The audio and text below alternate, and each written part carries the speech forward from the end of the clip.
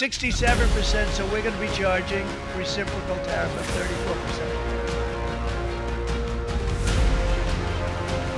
34%. Não queremos imperador. So we don't want an emperor. Our countries are sovereign. If Trump issues tariffs, other countries have the right to do the same. There is the reciprocity law.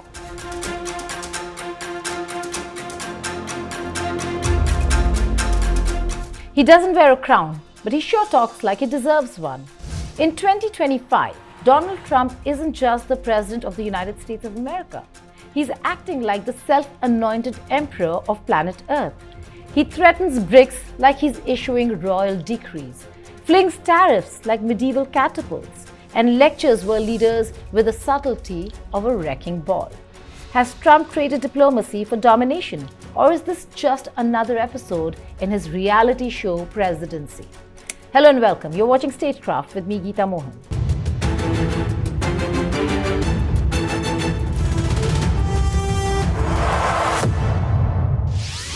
In recent months, Trump's foreign policy has shifted from America first to America rules and you obey.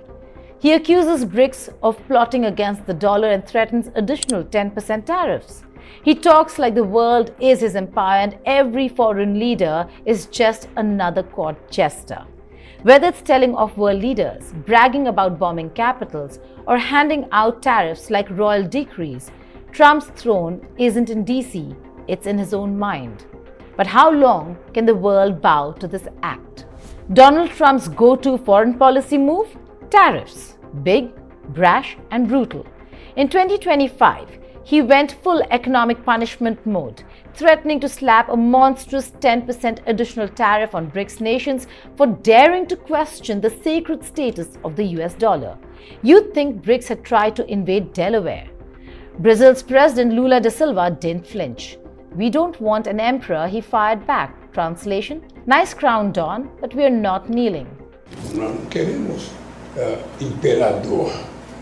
So we don't want an emperor. Our countries are sovereign.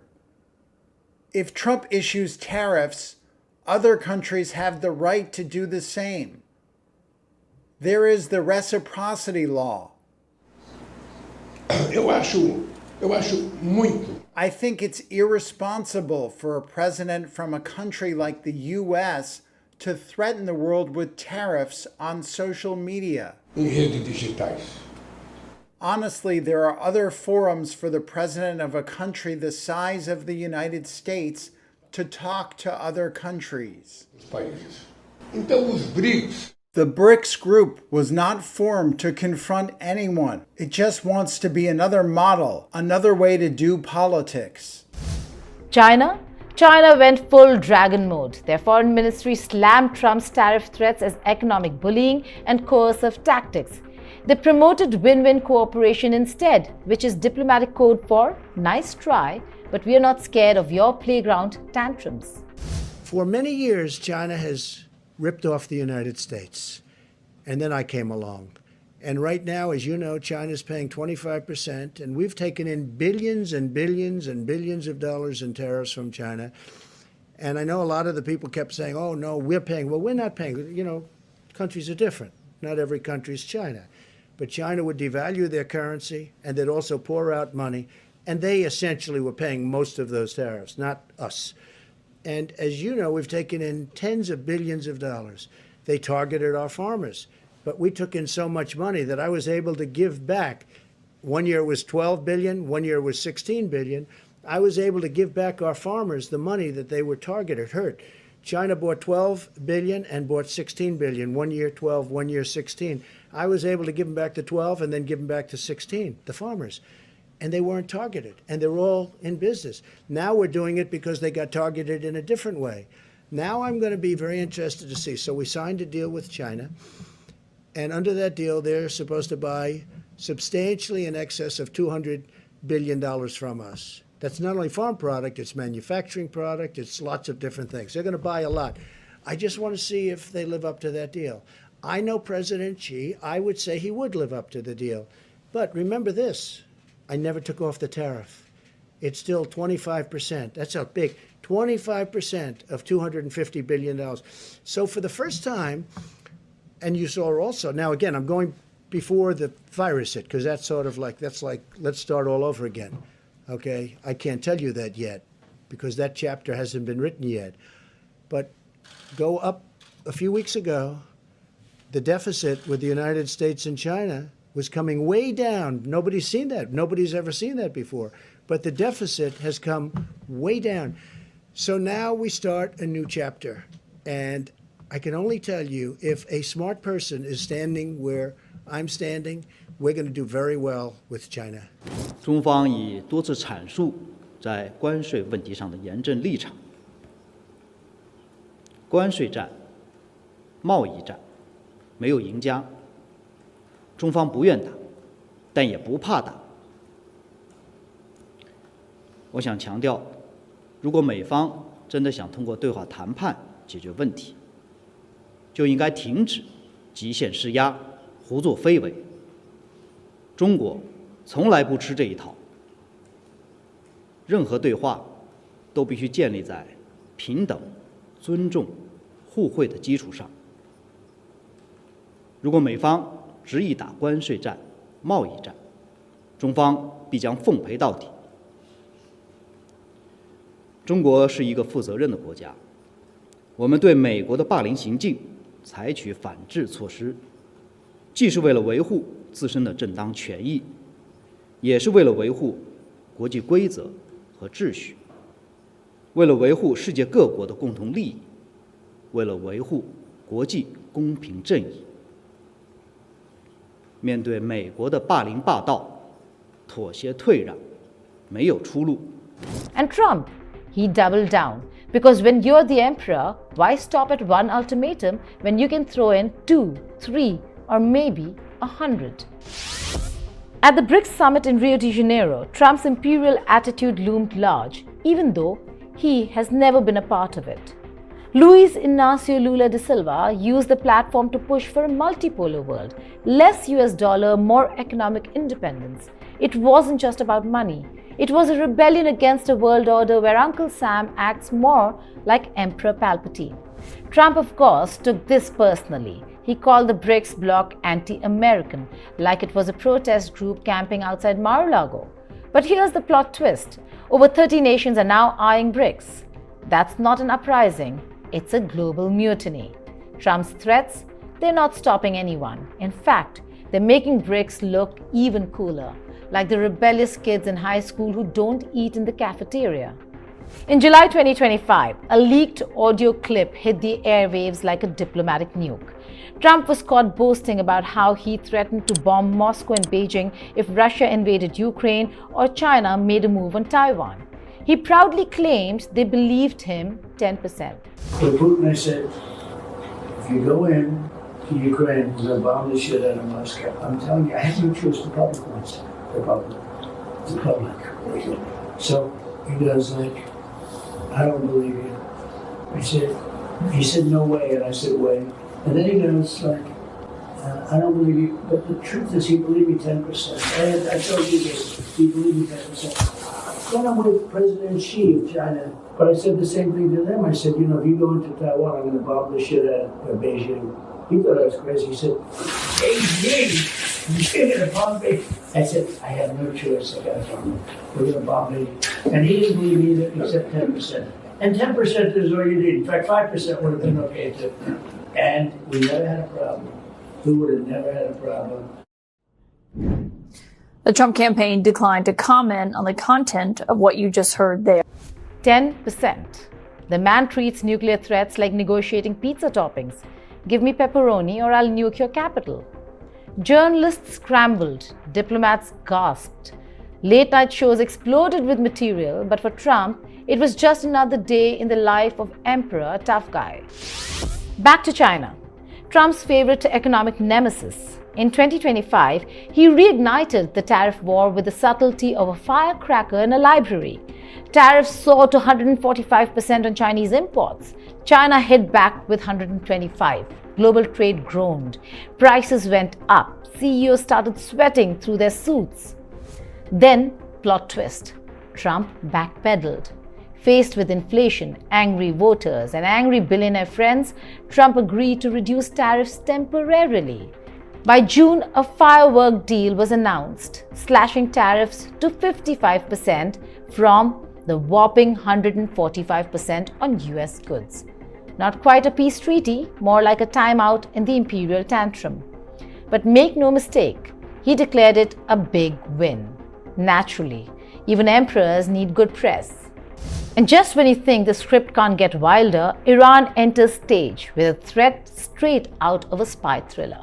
In July 2025, Mohammad Javad Larijani, a senior advisor to Iran's supreme leader, said Trump can no longer sunbathe in Mar-a-Lago because Iran could strike him in the navel with a drone.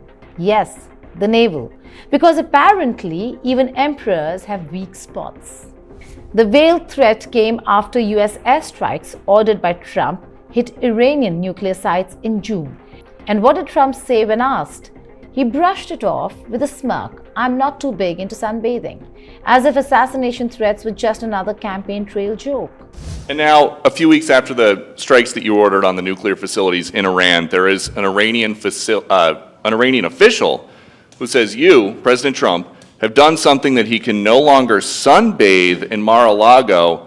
As you lie there with your stomach to the sun, a small drone might hit you in the navel. It's very simple. Do you think that's a real threat? And when is the last time you went sunbathing anyway? It's been a long time. It's been a long time. I don't know. Maybe I was around 7 or so.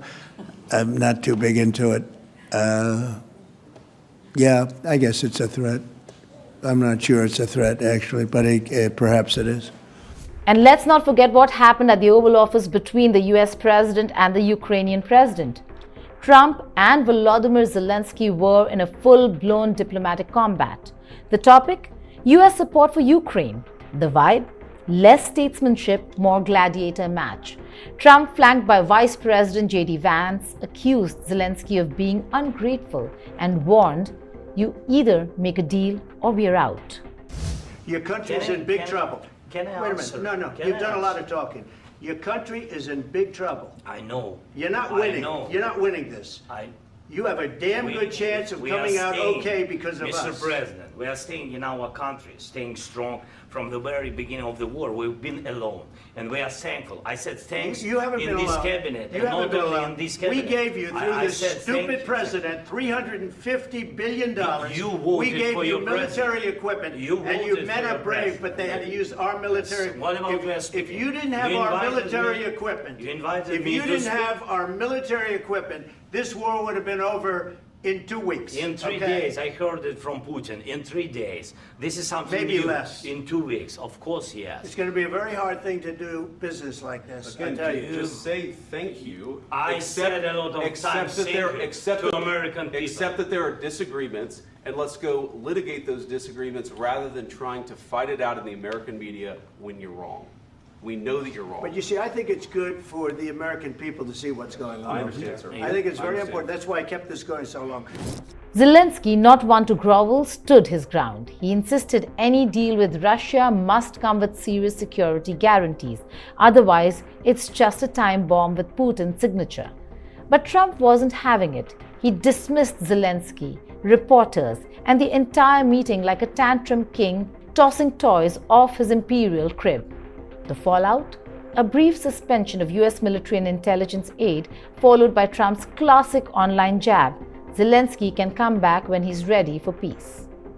No emperor's reign is complete without a royal blunder, and Trump delivered one in July 2025 during a White House meeting with African leaders.